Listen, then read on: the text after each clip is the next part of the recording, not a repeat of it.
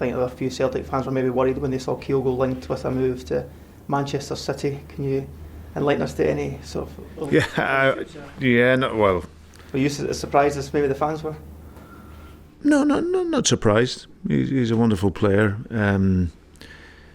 Just obviously looking at all the links and gossip and speculation this week, I thought I was preparing for a five-a-side game at the weekend. They were going to lose all these players, but no, there's nothing. It's especially over this summer period, but especially going into the last week of the market, 10 days of the market, there's always going to be that speculation around it. So, but no, there's nothing new to add to any of that. And as I said, the representatives get to work. They've got to create the speculation and then see what comes from there. So, but in this moment, nothing new to add. Matt O'Reilly training today as well. Reports that there was maybe a deal that was getting in a bit more of an advanced stage.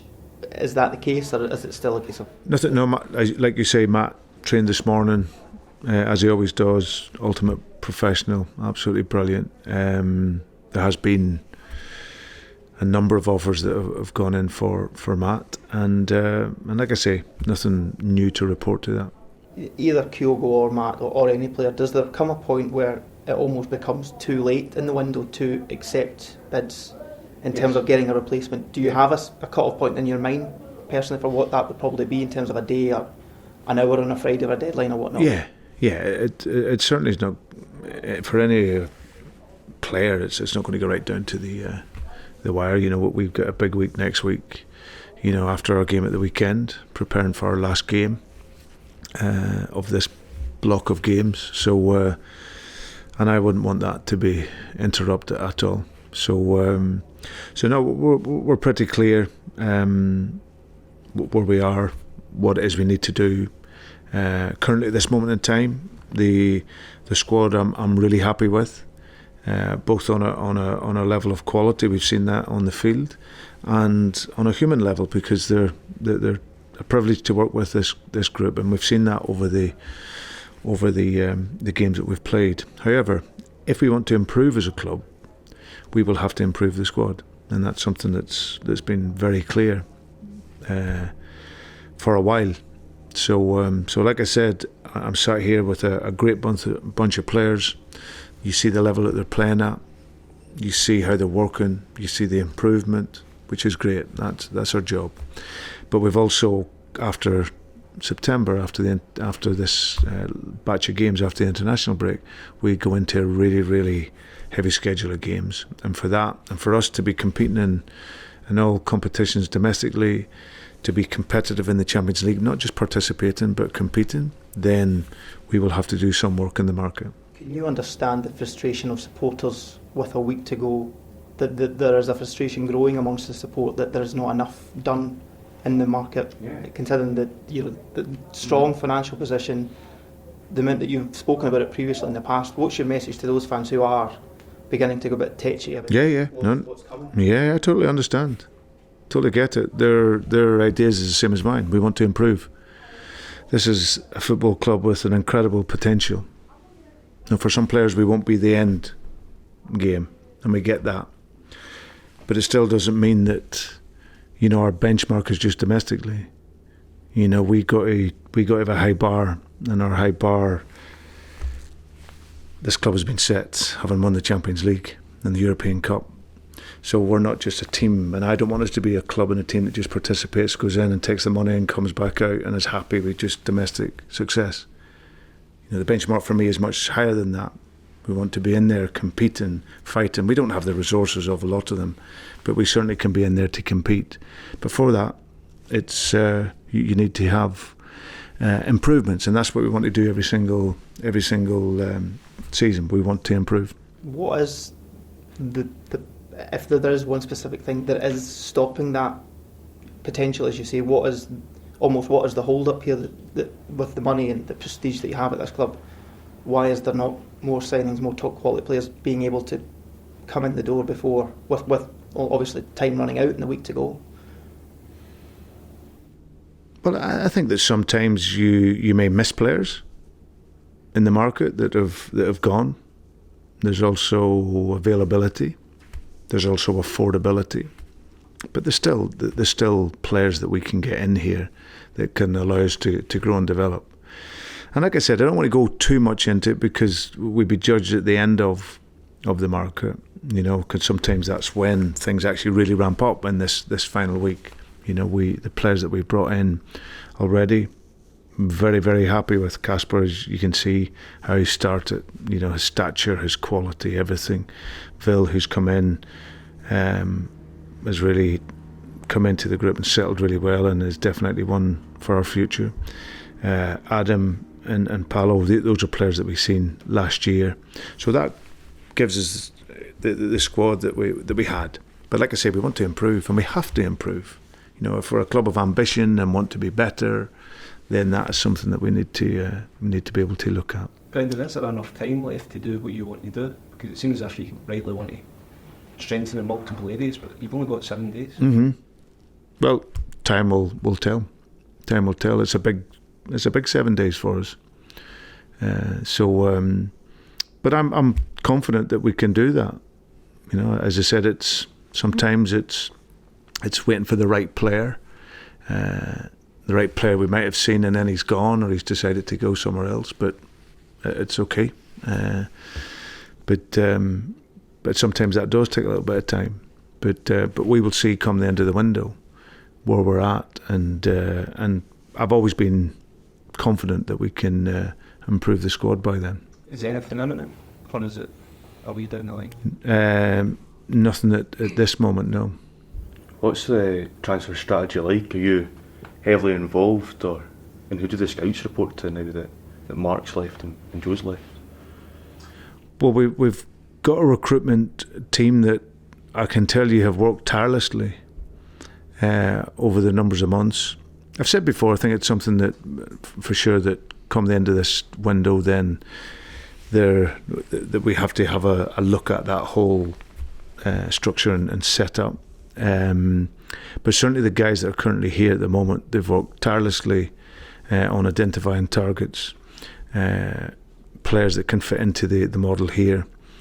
And so it's through no want of trying. Once those guys then go through that list of players that fit in with the profile and how we want to work, that will then come to me to ratify the player that we would want, and then that will go forward to the board to look to do the deal. That's how it works. And if the squad stays as it is just now, how many signings do you anticipate on getting before the deadline next Friday? If the squad stays yeah, I don't want to give a number because then you'll come to me the next day and say we didn't get the number. So, but I know my own mind, and I'm very clear and focused on what it is we need to do if we're going to improve. So, so it's not as if nothing's happening. There's a lot of work going on, a lot of great work with the guys up the stairs, and the guys who are away from here, analysing all the players. So the work is tireless that's going on. I can assure you that. It's just that it's just getting that right level of quality. Because what I don't want to bring in players that just stiffen up our squad. We've already got that. We have players that are, good players in here. But if we're going to improve, we have to get another level of player to come in to add to that. And that's the search. And sometimes those guys aren't always there at the beginning of the windows because they've gone away with teams, whether they're British teams or European teams, they've gone away, or Asian players, because that's still very much in our mindset as well. But they'll go away with their teams for pre-season, especially when they're good players. And then it's normally at the latter part of the window where they get told whether they're going to be staying or gone. So, and that's sometimes why the delay and why there's all this mad rush in the last week to 10 days. So that's what we're hoping that we can exploit that moment and bring in the players that we want. How confident are you that the squad won't get picked apart when there is interest in Matt? There's been talk of Kyogo and Rayo. How important is it that there aren't several of your top players that end up moving out in the next week? Yeah, I don't think there will be that, but I think I'm fully aware of from both times here that this is a club that has always attracted the interest of other clubs and other leagues that have more financial resources than ourselves. So that will always be the case, because if you're looking at a player that's playing for Celtic and doing really, really well, he's coping with pressure of winning every week. He's got a winning mentality, and that he's playing at the highest level of European football. So that's always a great benchmark for another team, another club to look in to see whether the player is going to be ready for their club or not. So I don't think that ever will stop, especially a club this size. But we're also clear in a club that we that there's not a big push for us to move lots of players, and okay, some will go because that's where we're at as a club, but there's not the need to be losing 4 or 5 players that are of real quality. You said last week you had 2 number 1 strikers with Kyogo and Wadamida, so I'm guessing on the back of that you wouldn't really welcome any interest or offer for Kyogo. Not really, no, but naturally it comes. So and then we just deal with it. But there's been nothing from Man City. It's obviously rumour and gossip. So, but most importantly for me, he's now back feeling comfortable to be on the grass. Been brilliant in training the last couple of days, and be available for the weekend. Did you have to have a chat with Kyogo? Sorry, Brendan. Did you have to have a chat with him? Because a link like that, it's pretty extraordinary. So anybody's good. I haven't spoke to him directly on that, no. But like I say, it's if I was speaking to every player around gossip and speculation, then I'd be 24 hours a day. So it's of no interest to me. My focus is very much here with Celtic and preparing the team for the weekend. So that's what we've been clear on. So the gossip and speculation is normally based around players that have been doing well. So that will come, but my focus is elsewhere. Does the next week perhaps determine whether the Champions League you're either going to be in there as real last season, competing, but maybe not for getting results, or getting the results that can maybe take you to that knockout round? Well, that's the plan. I think when we won the league last season, my ambition was then to come into this new format and let's see if we can break this barrier of coming through and into the knockout stages, into those playoff stages. So that was the challenge. But I knew what we needed in order to do that, and so that is still very much in our plan. And like I said, we've this club for the last numbers of years have played very well in games, and but just haven't been able to quite make the next step. And in order to do that, it's as a manager and coach, the improvements you would have to make. Last year, I thought again we were close in a lot of the games. We won the first game for a little bit of time, but we want to develop that, and we want to move forward then, and for that I know what we need in order to do that. So let's hope that we can. How do you balance your ambition with frustration in terms of bringing players in if you miss out on players? I've been here before. I can manage it better now. Doesn't make me any less ambitious. This is the club that I want to be at, and I want to do the very, very best, because I know I represent the supporters to drive the team and the club forward. I think every coach and manager will have a moment in the window where you are frustrated because either you want to get players in so you can work with them and give them time, because I believe the culture here is set up to coach players to be better and improve. So the quicker we can get them in, then of course the quicker the improvements take place. But unfortunately, we're not in total control of it. You're always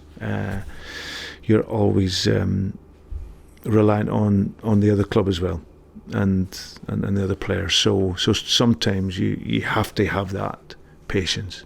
It's very difficult for supporters. It's so hard because there's so much you read, there's so much you hear, and probably as a Celtic supporter you look at the team and you go, wow, they're playing so well, and we can add the few that can really elevate it also, then it can be a really, really exciting season.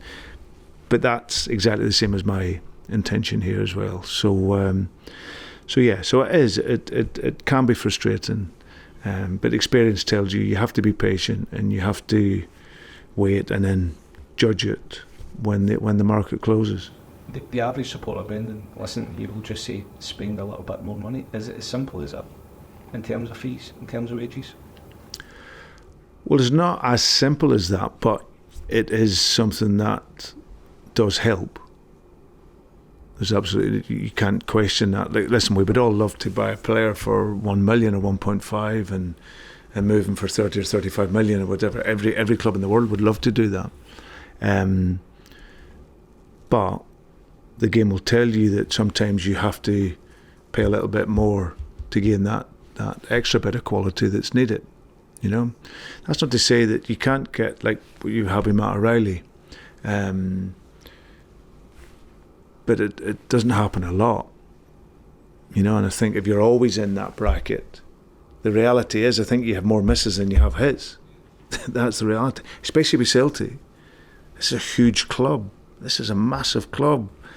If it was in a different league, then this thing would just absolutely take off. But where we are in the league that we're in, it's still a huge draw. This is an iconic club, and we're ambitious to be the very best that we can here, you know. And so for that, and we have resources that we can get the level of player that can help us, you know. So I'm not one that says only £7-8 million players will succeed, and the ones that 1 and 2 don't. But I've been around it long enough, and I've seen it long enough to understand that where we're at and what it takes to get that extra little bit, you have to pay for that. You have to pay for that, and that's something that I'll continually push. There's a point that Callum made just before you came in, talking about the sort of reputation of Celtic right now being a very cash-rich club, a very well-run club, and quite financially strong. Can that hinder a club, you know, in terms of people maybe expecting a couple of more million because they know Celtic have X amount in the bank ready to spend? Is that a sort of feature of the transfer market that people look to Celtic that has run well and go, well, let's just bump the price a wee bit on a player that they maybe want of us? Yeah, it can happen. It can happen, of course. But still, it's again, I'll go back to what I've said about some of our players here. It's about the value and worth. You know, if we have a value on a player and we see that value to be a certain, then we're strong enough and to stay with that. You know, so it's all, you know, for a lot in this line. It's very much business, and there's business, and we've got, you know, super intellectual people here that have got great business minds, and that's why they've been so successful. I come from a football mind where I want the best football team on the pitch, and because that's the bottom line. The bottom line is the team, getting the best team on the pitch, so the supporters can come and see that and be excited about that. But I think the business side of it is there's always to and fro around it, and then eventually teams come to an agreement, and then both teams win, hopefully. Can I ask you about Mikey Johnston? And you get to the stage for him in the club, you maybe think it's good for him to go and play football somewhere else, so there seems to be a lot of interest in him. Is that something that could happen soon? But the speculation around Mikey, he's obviously has been out. He won't be involved at the weekend, but he's back in training with the group, and we'll just see what happens. I think Mikey had a difficult period of injuries for a couple of years, but he's well over that now. He really showed a real robustness last season, where he trained right the way through, had some real nice impacts for us in our games, but needed to go out because he wanted to go out and play more. Did that at West Brom, done really, really well, and of course, clearly that will bring some attention to him. So, but we'll see how the next week goes and take it from there. Gustav Lagerbielke's another player who's got a lot of interest in him. Do you expect him to leave before the window ends?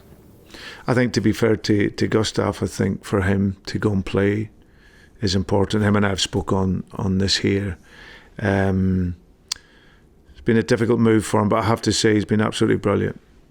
Every day in training, and I said to him, and I recognise how difficult it has been for him, for at times not to be on the bench and to be training here with a small group on a Saturday morning or a Sunday morning. But he's never ever once wavered from being an ultimate professional, and for me, he deserves the chance to go and play. He's not been in my plan to play, but he's been a great teammate and a real privilege to coach. So he deserves an opportunity to go and play, and we'll see how that and what that looks like over the next week. Isn't Maeda? Do you think we'll see more of him up top on his own this season? It's going to be really difficult to play him, Kyogo, and Adamida up front, centre forward, all at the same time. He actually does play up front a lot of the time here for us, but on the side. But I think what he showed, and what was really nice to see, is that last weekend he showed that he can play as a striker. And I know there's probably a cry for maybe more, but I see these guys every day. I see guys in his past playing. He's played for me as a striker, and with the two guys that we have, I'm fairly comfortable that if I needed a third one, that I could put him there and he can do the job. He's really shown he'll score goals. Different to the other two, but he can still score goals. My feeling in the summer was probably more around a younger player, and I wanted the younger player to be someone from within our academy. So that didn't quite work out. We could go into the market and maybe get a younger one from somewhere. But the reality is our priorities are elsewhere. So I have to look after that. But knowing that if I have Kyogo and Adam and Dyson there as the third one and flipping between, playing it on the side, prioritising the other positions, then that's where we're at this moment. Losing Gustav to centre half then become a priority if Lagerbielke was to go? It's something that we were looking at anyway, so it's not new. I just asked you, I don't know if you saw the SFA report during the week about the number of under-21 players playing, and possibly Scottish League not really comparing well to other European leagues. I know you've lost Rocco Vata in the summer, and there's talk of Daniel Kelly going away as well. Is it difficult for yourself to get these young players in teams and other managers as well? Is there something that the league could do to encourage that? Yeah, I think there's a couple of things. I think for young players, I think fundamentally the league is too small. I think that with the numbers of teams that's in it, it becomes quite sort of cutthroat. Really, you're either in the top six or you're not. So if you're in the bottom six, then you're fighting for your life at the end of the season. If you're in the top six, people want to be in there to avoid that stress and everything. So that can be a difficult environment to put then young players into. For a club like ourselves, it's all about patience. I think we've had many examples here of young players, and I think the young players that have showed patience with Celtic and put the trust into the club with their development, those are the guys that have come through here and done really, really well. Jamesy, Cal, Kieran Tierney, Tony Ralston, all these guys, Welshie, they've been around it and they've had games, and some have been permanent players in the team and some have been really important members of the squad. But Celtic has shown that if you're willing to show patience, because it's a real challenge to get into a Champions League squad at 18. But that doesn't mean that you can't be ready at Celtic. But there's definitely a lack of patience between 18 and 21. And obviously that then means that some players then decide to then move on and go out. So, and that's something that's out of Celtic's control. Some might think it's for development, some might go for money, some might whatever. But I think at a club like this here, the guys that are patient with it are the ones then that normally have found their way through into the team. But I think overall, I think there's real talents up here, really gifted players, But there's no doubt the league format could help maybe nurture and bring more players through. Just a word on St Mirren, if you would, Stephen. Obviously, had dipped their toe into Europe this year as well. Just your thoughts on another a tricky away tie for you? Always tough games, St Mirren. We managed the games really well last season, I felt. But he's an excellent manager, Stephen. I really like him. He's very honest to the game. He works tirelessly, and him and his staff, to maximise the resources that they have. And for St Mirren to be in Europe, I think is a great testament to work that they've done. It's a real challenge for some of the guys with the squads that they have, because they have great success at home and then they go into Europe, and then the depth of the squad makes it a real challenge. Like, I've seen players done amazing, like Barry Robson here, done great at Aberdeen, gets into Europe and he loses his job. Just, haven't done so well. So, but I look at Stephen. I think he's done a brilliant job at Motherwell. Got to 2 finals, made them really competitive. Moved away, come back, gone to St Mirren, and likewise, really organised. Has a clear philosophy on how he plays, how he sets his team up, and all the players buy into that, and they work very, very hard. So, I know that we always respect the opponent that we're playing, and no more so than them. But we'll be ready for the weekend. We're in a good flow. We're working really, really hard in training, taking that into the games, and we'll look forward to Sunday.